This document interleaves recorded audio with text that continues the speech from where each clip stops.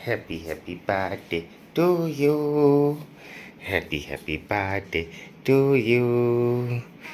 Happy birthday to you. Happy birthday. আমার ছেলেটা নেই, আমি ধরি একটু ধরি। আচ্ছা আচ্ছা।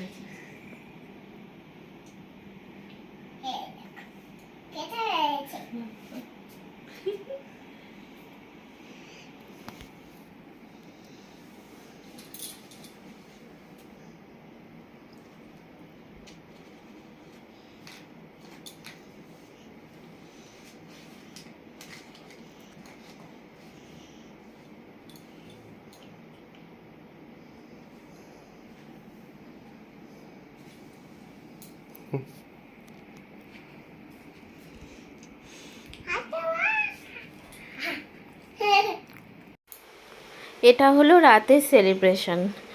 তো এই ছোট্ট একটা কেক নিয়ে এসছে আর এত চকলেট নিয়ে এসছে। জানে আমি চকলেট খাই না, তবুও চকলেট নিয়ে এসছে।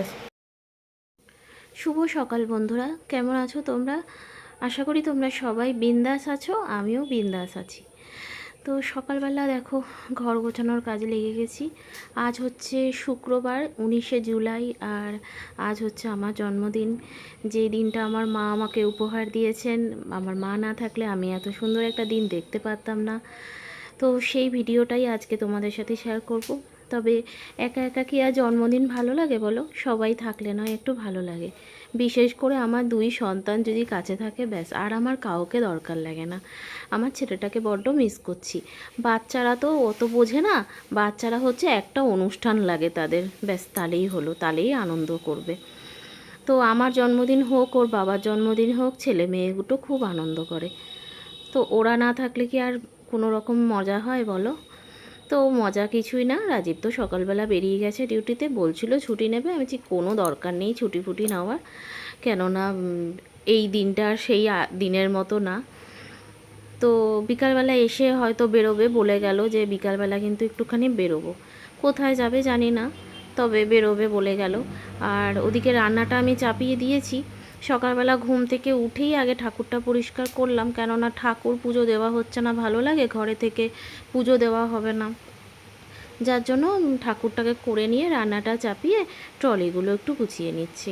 ট্রলিগুলো বড্ড অনেকটা জায়গা জুড়ে ঘরের মধ্যে রয়েছে। তারপরে তো আর তোমাদের সাথে কথা হয়নি। বিকালবেলা একটুখানি শুয়ে পড়েছিলাম, গায়ে হাত পায়ে যেন জোর পাচ্ছি না। আর এই যে সন্ধ্যাবেলা বেরোলো, আর এই জায়গাটা বড্ড চেনা চেনা, জানো কতদিন পরে দেখছি জায়গাগুলো। বাবানের ব্যাগ কিনবো বলে সে তো কেনাই হচ্ছে না। সে ছেলেটাও আজকে ফোন করেছিল, বলছে মা ব্যাগটা একদম ছিঁড়ে গেছে। সত্যিই তাই, চেন টেনগুলো একদম ছিঁড়ে গেছে। তো এখানে এসেছি, রাজীব বললো কী করব, একটা কাজ করি, কবে আবার কলকাতা যাব ঠিক নেই, ছেলেটার ব্যাগটা ছিঁড়ে গেছে, ওকে বরঞ্চ একটা ব্যাগ কুরিয়ার করে দিই। তো তার জন্য একটা ব্যাগ আগে কিনতে আসলাম।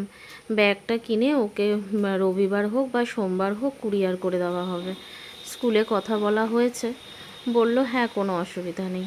কেননা আমাদের আশায় যদি ছেলেটা বসে থাকে, মানে ছেলেটার মানে পাচ্ছে না, অনেকদিন ধরে বলছে তো ব্যাগের জন্য। দিয়ে তারপরে গেলাম হচ্ছে, নিয়ে গেলেন সোনার দোকানে, জানি না কেন কী কারণে।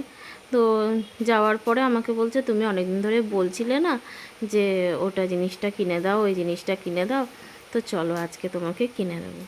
ভীষণ ভালো লাগছে, খুব আনন্দ হচ্ছে। যে কোনো জিনিস বর যদি উপহার স্বরূপ দিয়ে দেয় সেটা তো খুব ভালো লাগবেই। আর সোনার দোকানে তো ভিডিও করার অ্যালাউ আছে কি না, আমি তাও মেয়ের একটা ভিডিও করেছি, সেটাই আর কি তোমাদের সাথে শেয়ার করলাম। দিয়ে উনি বললেন রাতে ডিনারটা নিয়ে নাও। তা ডিনার বলতে তো রান্না আছেই, মাংস, ভাবছি রুটি বা কিছু নান বা কিছু নিয়ে নেবো, ব্যাস তাহলেই হয়ে যাবে। আর মেয়েটা একটু ফ্রেঞ্চ ফ্রাই খেতে ভালোবাসে, তাই ভাবছি নেবো কি না। পরে ভাবলাম না, না নেওয়ার দরকার নেই, কেননা ও আবার একটা মকটেল দেখে সে মকটেল অর্ডার করলো, মকটেলটা খেলো। তো যার জন্য আর রাজীবের মনটা একদম ভালো নেই, বলছে বাবানের জন্মদিনটা এভাবে সেভাবে করতে পারলাম না, আর তোমার জন্মদিনটা। আমি বলছি আমারটা ছাড়ো, বাচ্চা কাচ্চাদের একটু জন্মদিন একটু করলে ওরা একটু আনন্দ পায়, ব্যাস এইটাই। আর এই ফ্রুটিটা না সোনার দোকান থেকে মেয়েকে দিয়েছে, তো এখন হচ্ছে খাওয়ার বায়না। আর এই যে আমার মেয়ের মকটেল চলে এসছে। এটা বেশ সুন্দর খেতে, আমি জানি না নামটা কী, রাজীব অর্ডার করেছে, তবে এত সুন্দর খেতে। যদিও আমার মেয়ে পুরোটা খায়নি, আমি একটু খেয়েছি, রাজীবও একটু খেয়েছে এর থেকে। তো যাই হোক, চলো আর কটা জিনিস কেনার আছে, কিনে তারপরে বাড়ি যাব। প্রায় অনেকটা রাত হয়ে গেল জানো, 8:30 মতো বেজে গেল। আর টিপের পাতাগুলো কিনলাম ওখানে থাকতে, নিয়ে আসলাম না নাকি এখন পাচ্ছি না খুঁজে। আর টিপ না পড়লে আমার বর বেজায় রেগে যায়, বলে টিপ না পড়লে তোমাকে কেমন লাগে, একটা টিপ পড়বে কপালে। তা একটা টিপের পাতা আর আমার শ্যাম্পুটা শেষ হয়ে গেছিলো, সেই শ্যাম্পুটা কিনলাম। হয়ে গেছে, চলো এবার বাড়ি যাই। বার্থডে আজকে ঠিকই, কিন্তু বার্থডে করার মতো মানসিকতা কোনোটাই নেই, কেননা তোমরা জানোই আমার বাবার শরীরটা ভালো না। তো জাস্ট আর কি আসা, অনেক দিন আসা হয়নি, ঘর তো দেখলেই কেমন এলোমেলো ছিল। তো বাবা যেহেতু একটু সুস্থ আছে, তার জন্য আর কি কটা দিনের জন্য এসেছি, আবার আমাকে চলে যেতেই হবে না। আর তোমরা জানো যারা ব্লগ দেখো আমার, আমরা হচ্ছে যে কোনো অনুষ্ঠান বলো বা কারোর বার্থডে বলো বা অ্যানিভার্সারি, আমরা ঘরে থাকি না, মোটামুটি কোথাও না কোথাও ঘুরতে চলে যাই। কিন্তু বাবানের বাবান ছুটি পাবে না, ওর বার্থডের সময় দেখেছো কোনো রকম আর কি বার্থডেটা সেলিব্রেট করেছি, ভালোভাবে করতেও পারিনি। তো যে কারণে বাবান যদি থাকতো তাও আর কি ভাবনা চিন্তা করতাম যে একটু কেক টেক এনে ঘরেই আর কি ভালোভাবে, রাজীব যেটা চাইছিল অ্যাকচুয়ালি, কিন্তু এখন ভালো লাগছে না, ঘরে কেউ নেই। তারপরে এই বয়সে বাচ্চাবেলা কেক টেক কাটা ঠিক আছে, তাও যদি সবাই থাকতো ঠিক আছে। তো যাই হোক, তো সন্ধ্যাবেলা জোর করে নিয়ে বেরোলো, সকালবেলা ভালো লাগছিল না ভিডিও করতে, কি ভিডিও করব, ঘর গোছাচ্ছি, এই করছি। একটা জন্মদিন, সকালবেলা রাজীব আর কি মটন এনে দিয়ে গেছিলো, রান্না করেছি আর ভাত করেছি, ব্যাস আর কিছু করিনি।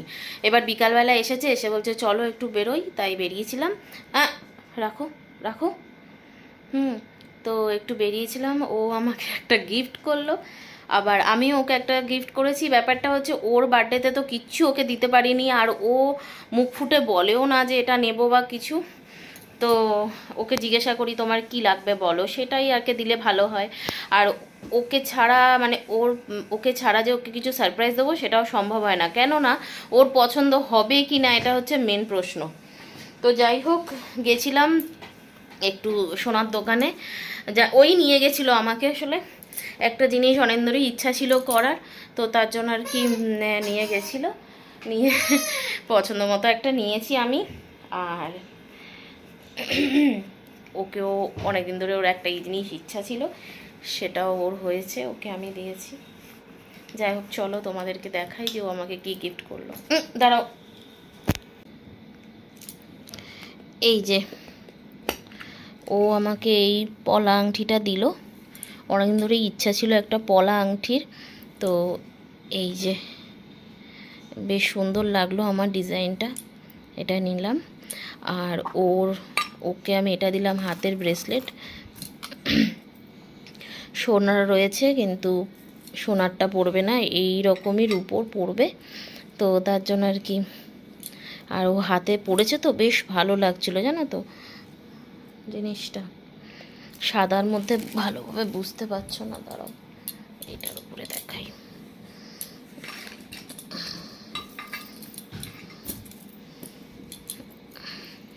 এই দেখো, এই যে লকটা এরকম, আর আমার আংটিটা তো দেখালাম, এই যে। যাই হোক, এরকম ছোট ছোট আনন্দই ভালো লাগে, আর এক একটা করে জিনিসও হয়ে যায় ফাঁকে। যাই হোক, গলার হারটার কথা বলছিল রাজীব, গলার হারটা ছিঁড়ে গেছে, তো রাজীব বলছিল একটা ভালো দেখে পরে নাও একেবারে। না দাঁড়াও আর কটা দিন পরে করছি, এখন আপাতত এটাই থাক। তারপরে যে আংটিটা রাজীব আর কি আমাকে দিয়েছিল এর আগে, সেই আংটিটাও হাতে বড় মানে ছোট হচ্ছে, মানে ভীষণ টাইট হচ্ছে। যখন নিলাম তখনই টাইট হচ্ছিল, তো দোকান থেকে বললো, রাজীবের এতটাই পছন্দ হয়েছিল, তো রাজীব বলছে না এটাই থাক। তো এখন আর পরাই যাচ্ছে না, সেটা আটকে রাখি। তো আজকেও রাত্রিরে খাবার বলতে তোমার হচ্ছে মাংস তো আছেই সকালে, আর এখন নান কিনে নিয়ে আসলাম, নান দিয়ে মাংস দিয়ে রাত্রিরে খেয়ে নেবো। দেখাই এটা, এটা দেখাই। ওই যে তোমাদেরকে কি দেখাবে, কি দেখাবে, এটা এটা দেখেছি। চলো তাহলে আজকের ভিডিওটা এখানেই শেষ করি। সবাই খুব ভালো থেকো, সুস্থ থেকো, সাবধানে থেকো, আর এভাবেই পাশে থেকো। Tata, good night, bye bye, good night. Good night.